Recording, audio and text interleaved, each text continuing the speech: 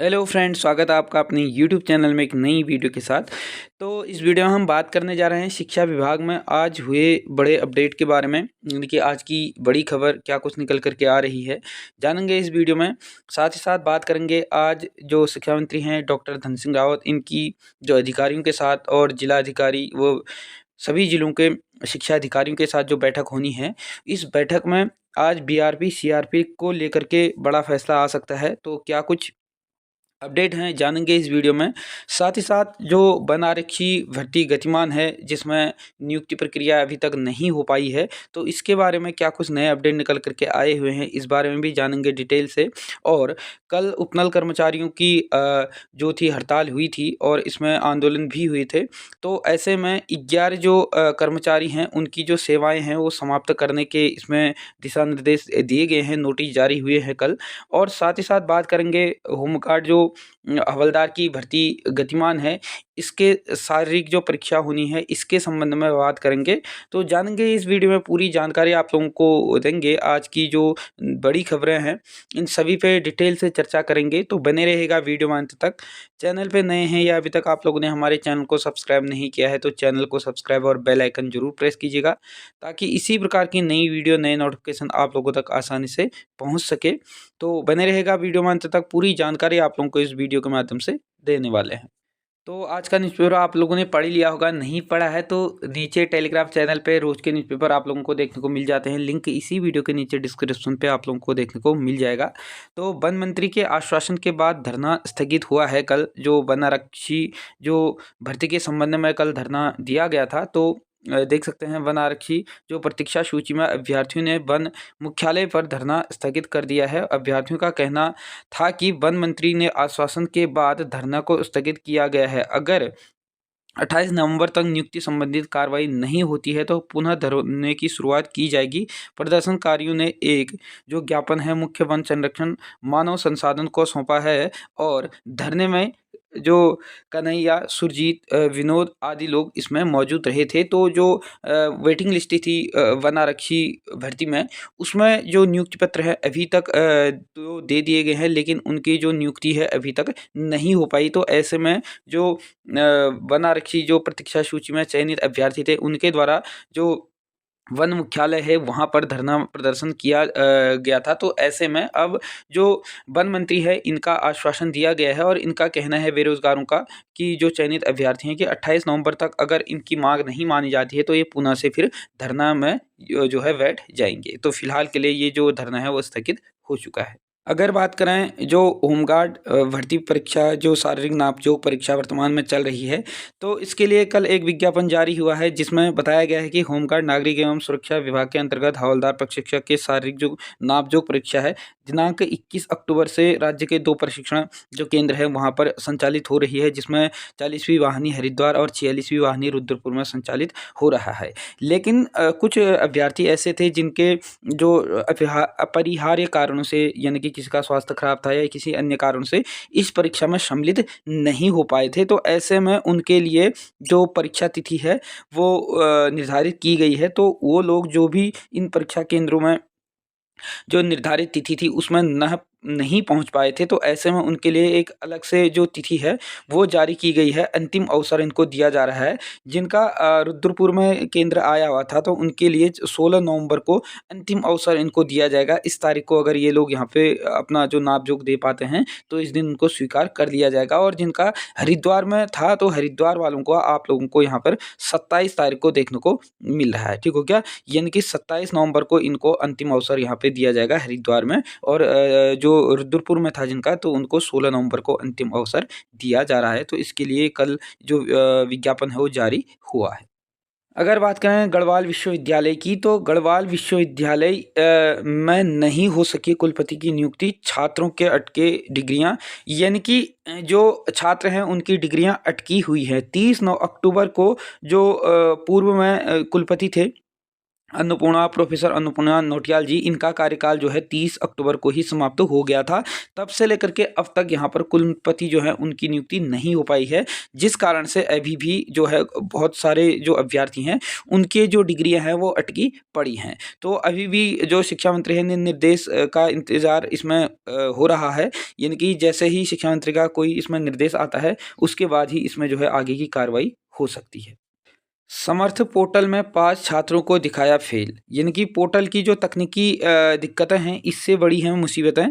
तो क्या है मामला देख लेते हैं। सिरदेव सुमन विश्वविद्यालय से संबंधित कॉलेज के छात्र छात्राओं को BA, BSc, BCom, MA, MSc, MCom semester जो परीक्षा है में फॉर्म भरने में दिक्कत आ रही है। समर्थ पोर्टल में तकनीकी दिक्कत आने के कारण परीक्षा फॉर्म भरने समय प्रथम जो सेमेस्टर है की परीक्षा में पास कर चुके छात्रों को फेल दिखाया जा रहा है। ऐसी स्थिति में समर्थ पोर्टल बैक पेपर परीक्षा की जो एवज में 500 रुपये जो शुल्क है जमा करना दिखा रहा है। तो ऐसी दिक्कतें आ रही हैं, यानी कि जो समर्थ पोर्टल है जिसके माध्यम से जो उच्च शिक्षा हेतु उत्तराखंड में एडमिशन होते हैं या परीक्षा जो फॉर्म होते हैं वो फिल होते हैं, तो ऐसे में उसमें जो तकनीकी दिक्कतें आ रही हैं जिस कारण से जो पास हो चुके विद्यार्थी हैं उनको भी उसमें फेल दिखाई दे रहा है। तो ये तकनीकी दिक्कतें आई हुई है, तो जल्द ही इसमें भी जो है निपटारा आप लोगों को देखने को मिल जाएगा।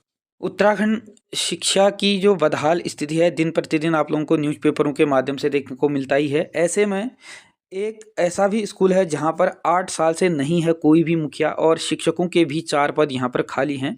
जीआईसी झीपा में दिक्कतों का सामना कर रहे हैं छात्र। तो जो जीआईसी झीपा है यहाँ पर 8 साल से प्रधानाचार्य का जो पद है वो खाली है, रिक्त पड़ा है, किसी भी प्रकार की तैनाती नहीं है। वहीं शिक्षकों के भी 4 पद यहाँ पर खाली है। तो आप लोग देख सकते हैं ये तो सिर्फ एक जो जीआईसी है उसके बदहाल स्थितियाँ हैं।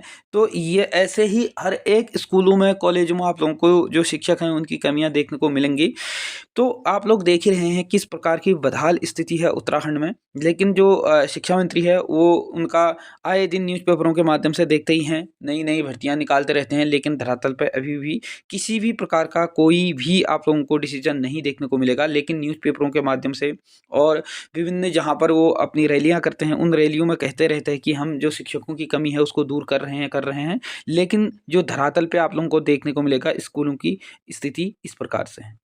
महाआक्रोश रैली में उमड़ा उपनल कर्मचारी और धरना दिया गया। तो परेड मैदान में सचिवालय तक जो निकली रैली थी इसमें प्रदर्शन पर जुटे जो उपनल कर्मचारी थे, मुख्य सचिव ने 25 को जो सीएम से वार्ता का इसमें आश्वासन दिया है और आश्वासन के साथ ही इनका जो धरना है वो स्थगित हुआ है।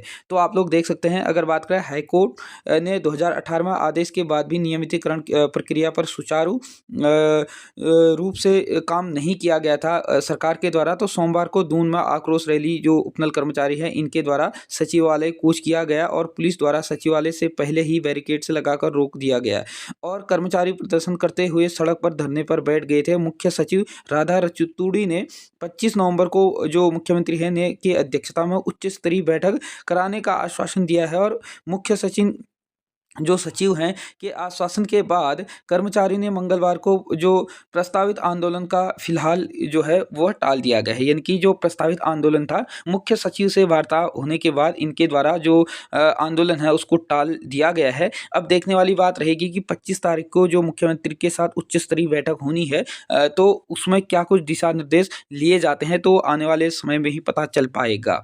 साथ ही साथ अगर बात करें 11 उपनल कर्मचारियों को सेवा समाप्ति का नोटिस सौंप दिया गया है। यानी कि कल एक तरफ तो नियमितीकरण को लेकर के उपनल कर्मचारियों का रोड शो हो रहा था देहरादून में, वहीं दूसरी तरफ अगर बात करें तो यह जो जल संस्थान में 11 कर्मचारी थे उनके सेवा समाप्त का नोटिस जो है वो टाइप हो रहा था। जो जल संस्थान जो हरिपुर कालसी जो अनुरक्षण खंड है इसमें अधीनस्थ अभियंता जो राजेश निर्वाल जी हैं इनके द्वारा नोटिस जो है सुपरवाइजरों को थमाया गया और 30 नवंबर तक इनकी सेवाएं समाप्त करने के जो है इसमें दिशा निर्देश दिए गए हैं। तो एक और तो नियमितीकरण को लेकर के इसमें मामला उठ रहा है और धरना प्रदर्शन पे जा रहे हैं और दूसरी तरफ यहाँ पर उपनल कर्मचारियों की जो सेवाएं हैं वो समाप्त कर दी गई हैं। तो अब देखने वाली बात रहेगी कि क्या इसमें जो है सरकार अपना रुख अपनाती है और क्या कुछ इसमें उपनल कर्मचारियों के पक्ष की ओर से जो है रखे जाते हैं सवाल जवाब, तो आने वाले वक्त पे ही पता चल पाएगा। तो 25 तारीख को जो स्थिति है वो स्पष्ट हो जाएगी कि इसके संबंध में क्या कुछ सरकार अपना स्टैंड रखने वाली है। तो वहीं कल 14 स्नातकोत्तर महाविद्यालयों को मिले हैं प्राचार्य, जिसमें अगर बात करें प्रदेश के 14 राजकीय स्नातकोत्तर महाविद्यालय में स्थायी जो प्रधानाचार्य हैं ये मिले हैं, यानी कि जो प्राचार्य हैं वो मिले हैं। उच्च शिक्षा मंत्री डॉक्टर धन सिंह रावत ने इसके निर्देश के संबंध में शासन के से इसके आदेश जारी करते हुए जो पदोन्नति प्राचार्यों के शीघ्र ही नवीन तैनाती की भी स्थिति देते हुए निर्देश दिए हैं। और वहीं विभागीय अधिकारियों को स्नातक स्तर पर रिक्त जो प्राचार्य के पदों पर पदोन्नति को